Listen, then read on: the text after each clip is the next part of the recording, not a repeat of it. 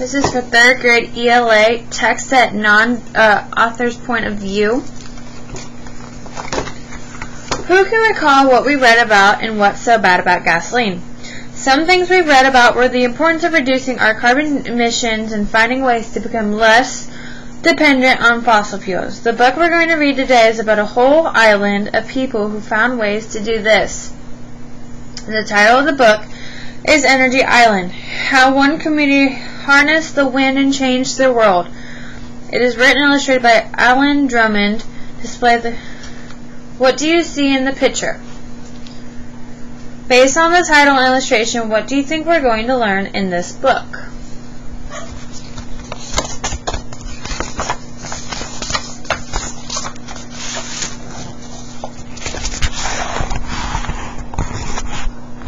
Welcome to Energy Island. The real name of our island is Samso, but we like to call it Energy Island. Not too long ago, we were just ordinary people living in an ordinary island in the middle of Denmark.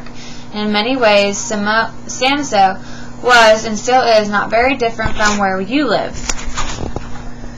We have lots of fields and farms where farmers raise cows and sheep and grow crops like potatoes, peas, corn, and strawberries.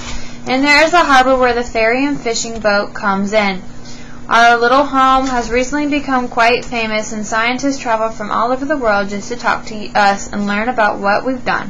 Why is that? Well, it's an interesting story. Let's go ahead. Hold on to your hats. Let's go. Hold on to your hats. Our island is the middle of Denmark, and in the middle of the sea. That's why it's always very windy here. Oops.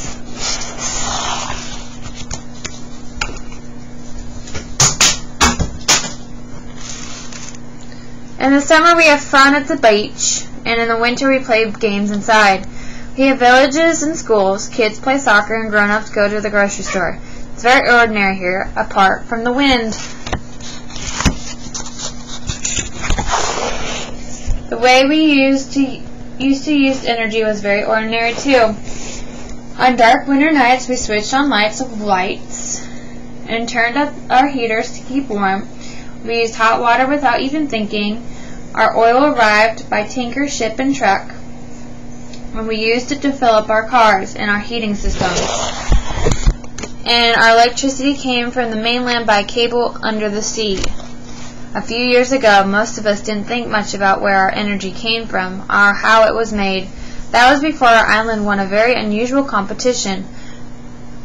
The Danish Ministry of Environment and Energy chose Samso as the ideal place in Denmark to become independent of non-renewable energy.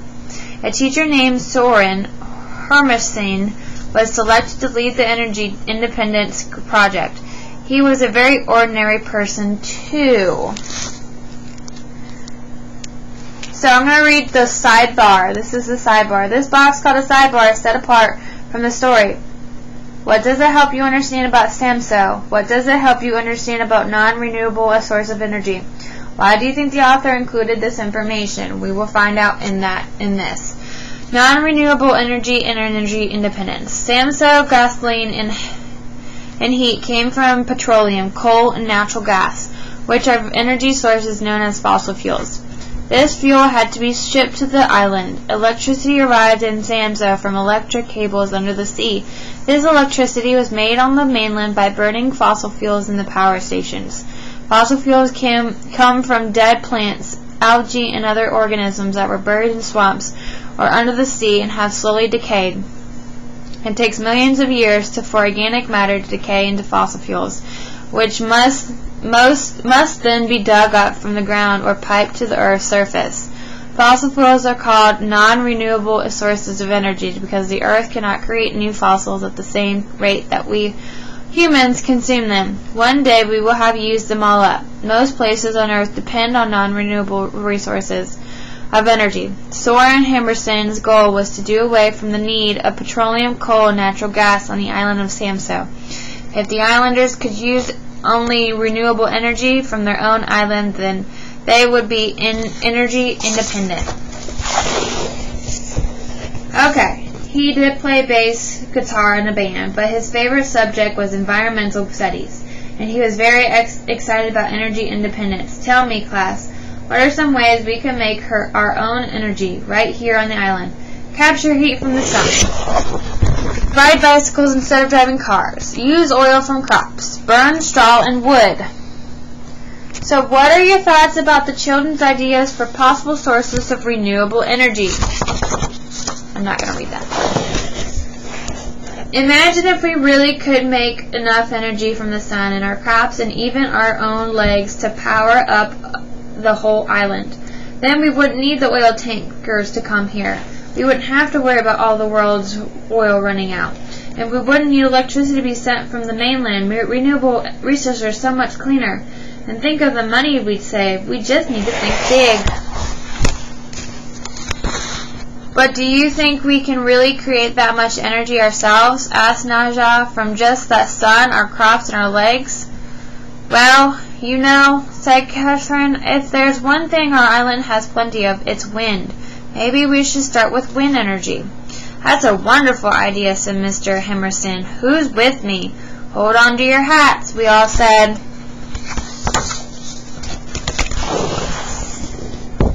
We kids were very excited about all the new ideas, but as for the grown-ups, well, it took them a while to catch on. It will cost millions, said Horgan Tranberg. All these cows keep me busy enough already. Heat from the sun, said Peter Poland. Why would we bother with that? As long as I can keep my house warming and watch TV, I'm happy. I don't need change. Bicycles, said Morgan Mollier. No way, I love my truck. Why us, said Dorothy Knudsen. Let some other island take on this challenge. Renewable energy, said Jeans Hansen. I'm too old for all that. Samso is just an ordinary kind of place, said old Jorgensen. What difference can we make to the world? Energy independence in your dreams, said Peterson. So, alright, we'll keep on. But Soren Hammerson wouldn't give up. He called lots of local meetings. That's energy all around us, he told the islanders. We just need to work together and think big to make the best of it. Teach the children to do it. What if I build a small wind turbine for my family? We're just a little island. How can we make a difference? Brian, don't talk about small. You've got to think big. We talked to everyone. The soccer team, the farmers at the market, all the teachers, the police, the harbor master, the lighthouse keeper, the fishermen, the dentist. This went on for several years. People listened, and lots of them even agreed with what Soren Hemerson was saying.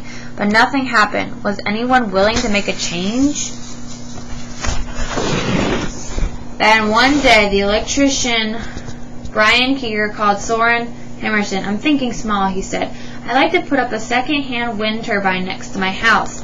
Horgan Tranberg was thinking big. I want a huge wind turbine. I'll invest my money and then sell the electricity it makes. Mr. Hermanson was excited. 2 renewable energy projects had begun. One very small and one very big. So most people in Samosa resisted Soren Hemerson's ideas at first. What do you think made them change their mind? So we'll continue to read and think. Brian Keeger called on his family and friends to help him put up his wind turbine. While it took a big ship, some giant trucks, and 2 enormous cranes to build Horgan Tranberg's, the project in Samoa had begun, but we were still using a lot of renewable energy. It looked like we might never achieve our dream until one dark winter night. Sleet and snow blasted across the island. Suddenly all the electricity on the entire island went out. Everything was dark. Everything, that is, except Brian Keeger's house. Free electricity, shouted Mr. Keeger. My turbine works. Tonight I'm energy independent. Sure enough, the blades on Mr. Keeger's new turbine were whooshing and whirling in the wind. Hold on to your hats, cried Soren Hemerson. News traveled fast on a small island like Samosa. After that night, everyone was asking for how they could make energy of their own. Suddenly, Soren Hemerson was busier than ever, helping people start new energy projects. The whole island got to work. Some people had big ideas, some people had small ones, but all of them were important in working toward our goal. The Holm family installed solar panels on their farm. Today, their sheep are munching grass while the panels soak up energy from the sun. And Garve Jorgensen built a biomass furnace. It burns straw instead of oil, and now heats his house and his neighbors' houses too. In fact, biomass is so big on Samoa that whole villages are now heated by burning wood and straw grown on their island. Eric Anderson makes tractor fuel oil from his canola crop. And Brian Kiefer's wife, Beatna, whizzes around an electric car. The windmill powers the batteries. Today we even have electric bicycles charged by the power of the wind. Every one of us had an energy independence story, and that's why people all over the world want to hear the largest news from Energy Island. Let's see if Morgan Tranberg will take us up the ladder to the very top of the fantastic wind turbine, so we can see what Samosa looks like today. And you can see there's plenty going on. Now we have lots of wind turbines. Down there is Samoa's brand new learning center, the Energy Academy, where kids and grown-ups from all over the world come to learn about what we've achieved and to talk about new ideas for creating, sharing, and saving energy. Guess who the director of the Academy is? An extraordinary teacher named Soren Hammerson. Things have certainly changed on our little island in the past few years.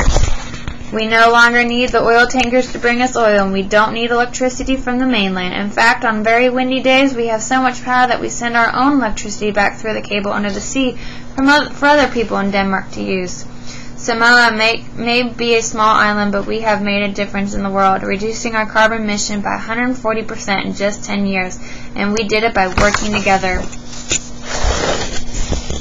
So that's how we got the name Energy Island.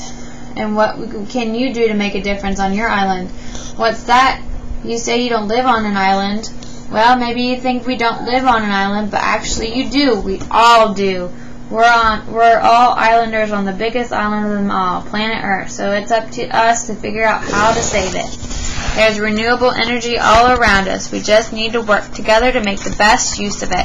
Hold on to your hat.